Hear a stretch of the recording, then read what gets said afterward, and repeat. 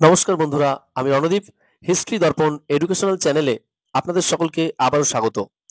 আজ আমি মূলত আলোচনা করব ফোর্থ সেমিস্টার মেজর পেপার 5 যাদের রয়েছে, অর্থাৎ যেই পেপারটা তোমাদের রয়েছে চতুর্দশ শতক থেকে অষ্টাদশ শতক পর্যন্ত ইউরোপের ইতিহাস, তার উপর বেস করেই কিন্তু আজকে আমি আলোচনা করব। আর এই আলোচনাটা কিন্তু তোমাদের কথা একমাত্র মাথায় রেখে একদম লাস্ট মিনিট সাজেশন।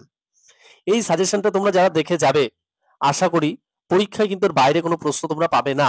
আমি 100% গ্যারান্টি দিয়ে তোমাদেরকে বলছি। তোমরা যারাই দেখে যাবে, সবাই পরীক্ষা দিয়ে এসে বাড়িতে ভালো করে প্রশ্নের সাথে মেলাবে, দেখবে যে তোমাদের সাথে এই সাজেশন কতটা মিলছে। আর যারাই দেখবে না তারা কিন্তু খুব লস করবে।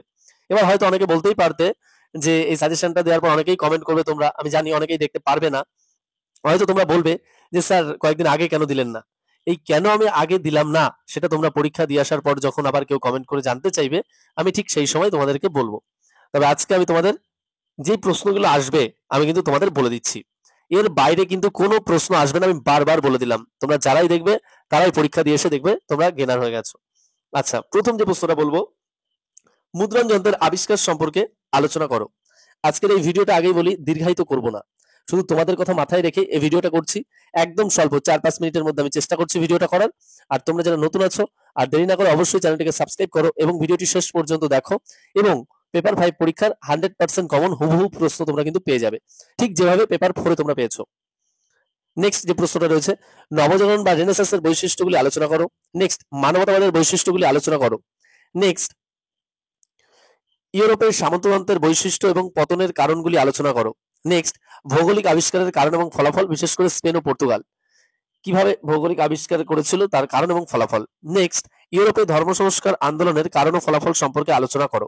নেক্সট, ধর্ম সংস্কার আন্দোলনে মার্টিন লুথার এবং জন ওয়াইক্লিফ এর অবদান সম্পর্কে আলোচনা করো। নেক্সট, উদারনীতিবাদ সম্পর্কে টিকা লেখো বা জন লককে উদারনীতিবাদের জনক বলা হয় কেন। একই প্রশ্ন দুরকম ভাবে ঘুরিয়ে আসতে পারে। নেক্সট, অষ্টাদশ শতকে জর্জ লেফেভারের ঐতিহাসিক মূল্য বিচার করো। নেক্সট, তার কিন্তু চারটি, এ প্রসঙ্গে বলি, জর্জ লেফেভারের কিন্তু চারটি, তিনি যে পর্যায়ে ভাগ করেছিলেন ইতিহাসকে, কিন্তু চারটি পর্যায়ে, এটা একটু মাথায় রাখবে, তাহলে কিন্তু এটা লিখে আসতে পারবে। নেক্সট, সন্ত্রাসের রাজত্ব কি। নেক্সট, আমেরিকার স্বাধীনতা যুদ্ধের কারণ ও ফলাফল সম্পর্কে আলোচনা করো। নেক্সট, বোস্টন টি পার্টি সম্পর্কে আলোচনা করো। নেক্সট, ফরাসি বিপ্লবে দার্শনিকদের ভূমিকা আলোচনা করো। নেক্সট, ক্রুসেডের কারণ ও ফলাফল সম্পর্কে আলোচনা করো। নেক্সট, ফ্রান্সের সংবিধানের বৈশিষ্ট্যগুলি আলোচনা করো। নেক্সট, ইংল্যান্ডের গৌরবময় বিপ্লবের কারণ এবং ফলাফলগুলি আলোচনা করো। নেক্সট, ডাইরেক্টরি শাসন সম্পর্কে আলোচনা করো। নেক্সট, ফরাসি বিপ্লবের পূর্বে ফ্রান্সের সামাজিক ও অর্থনৈতিক এবং রাজনৈতিক অবস্থা সম্পর্কে আলোচনা করো। নেক্সট, জ্যাকোবিন দলের উত্থান সম্পর্কে আলোচনা করো। নেক্সট, অষ্টাদশ শতাব্দীকে আলোকিত শতাব্দী বলা হয় কেন। নেক্সট, আমেরিকার গৃহযুদ্ধের প্রধান কারণগুলি আলোচনা করো। নেক্সট, ফরাসি বিপ্লবকে অভিজাত বিপ্লব নাকি বুর্জোয়া বিপ্লব বলা হয়, আলোচনা করো। নেক্সট, স্পেনের গৃহযুদ্ধের কারণ ও ফলাফল আলোচনা করো। আবার বলছি, মুদ্রণযন্ত্রের আবিষ্কার সম্পর্কে আলোচনা করো। এই যে তোমাদের আমি 22-23টা প্রশ্ন বললাম, এই প্রশ্নগুলো তোমরা যদি খুব ভালো করে যাও, এর বাইরে কিন্তু কোনো প্রশ্ন আসবে না। আর অবশ্যই তোমরা পরীক্ষা দিয়ে এসে অবশ্যই মিলিয়ে দেখবে এই সাজেশনের সাথে তোমাদের প্রশ্নের সাজেশনটা আমার কতটা মিলেছে, তারপরে কিন্তু তোমরা বলবে। আশা করি অধিকাংশ প্রশ্ন তোমরা এর ভেতর থেকে পেয়ে যাবে। আর কেন আমি এই তোমাদের জন্য পরীক্ষার ঠিক আগের দিন দিলাম, কারণ এটা হলো লাস্ট মিনিট সাজেশন। আর যেহেতু তোমরা সবার পড়াই রয়েছে, বিভিন্ন প্রশ্ন তোমরা পড়েছো, তাও তার মধ্যে থেকে কোন প্রশ্নগুলো পড়তে হবে তাই আমি কিন্তু সেগুলো তোমাদের বেছে দিলাম। আর তোমরা যদি এই প্রশ্নগুলো পড়ে ফেলো, আশা করি এর বাইরে কিন্তু কোনো প্রশ্ন পাবে না। আর আশা করি তোমাদের অনেকেরই রেডি রয়েছে, যারা খুব সিরিয়াস স্টুডেন্টস আছো তোমরা। আর যারা ভাবছো যে এবার আমরা পিডিএফটা নিতে পারলাম না স্যার, অধিকাংশ প্রশ্নই কমন আসছে, কি দাদা তোমার তো সাজেশন দেখছি হুবহু কমন পাচ্ছ, তাদের আবার বলছি তোমরা এখন নিতে পারোনি, কি হয়েছে, তোমরা 5th সেমিস্টারে নিও, অসুবিধা নেই। অবশ্যই আমাদের ডেসক্রিপশনে নাম্বার দেওয়া রয়েছে, তোমরা যোগাযোগ করে নিও। আমাদের টিম সর্বদা তোমাদের পাশে রয়েছে।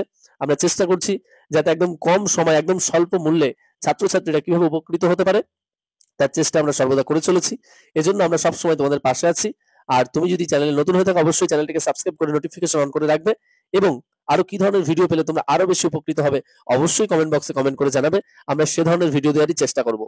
শুধু তাই না, আবার বলছি, এর পাশাপাশি যাদের বেঙ্গলি মাইনর রয়েছে এই 4th সেমিস্টার হিস্ট্রি মেজরের পাশে, তাদের ক্ষেত্রেও কিন্তু আমরা নতুন একটা সাজেশন নিয়েছি। শুধুমাত্র 21 থেকে 22টা প্রশ্ন, বাংলার ক্ষেত্রে শুধু 21টা প্রশ্ন পড়তে হবে যাদের মাইনর রয়েছে 4th সেমিস্টারে। 21টা প্রশ্নের বাইরে কোনো প্রশ্ন আসবে না, 100% যদি না আসে প্রশ্ন থেকে কোনো কমন, আমরা কিন্তু টাকা রিটার্ন করে দেবো। আমরা এটুকু গ্যারান্টি তোমাদেরকে দিলাম। তোমরা দেখতেই পারো ট্রাই করে। আর তোমরা অবশ্যই আগে ভালো করে পরীক্ষাটা আগামীকাল দিয়ে এসো, দেখো তোমরা কতটা কমন পাও। তাহলেই তোমাদের বিশ্বাসযোগ্যতা তৈরি হবে। আর তোমরা যারা পেপার 4 আমার ভিডিও দেখে পরীক্ষা দিয়ে এসছো তারা অবশ্যই জানো হুবহু প্রশ্ন কমন আছে, এমনকি 1, 6, 9, 10, 13, 19, 20 এবং ভিতর থেকে আরো দুটো রয়েছে, মানে অধিকাংশ প্রশ্ন কিন্তু এই সাজেশনের ভিতর থেকে চলে এসেছে। শুধু তাই না, পূর্ববর্তী বা বিগত বছরগুলোতেও কিন্তু আমাদের এমন ভাবেই প্রশ্ন পরীক্ষায় কমন আসছে। আর এজন্যই কিন্তু আমাদের হিস্ট্রি দর্পণের অফলাইনের ছাত্রছাত্রীরা কিন্তু খুব ভালো রেজাল্ট করছে। তাই আমি কিন্তু আগামীকাল একটা পোস্ট করেছিলাম, তোমরা দেখেছো যে একদিন আগে আমি পোস্টটা করেছি যে আমাদের ফার্স্ট সেমিস্টার কয়দিন আগে রেজাল্ট বেরিয়েছে, তোমরা জানো যে আমাদের থেকে পড়ে কেমন রেজাল্ট হয়েছে। শুধু তাই না, যারা উচ্চ মাধ্যমিকে পড়ছে আমাদের থেকে কিন্তু তারাও কিন্তু 95, 96 করে নাম্বার পায় 100-এ ইতিহাসে। তা আমরা সর্বদা চেষ্টা করছি সবাইকে ভালোটা দেওয়ার জন্য। তোমরা আমাদের পাশে থেকো, আমরাও তোমাদের পাশে আছি। অবশ্যই সাজেশনটা ফলো করে যাও। পরীক্ষার জন্য বেস্ট অফ লাক সকলকে। ভালো থেকো।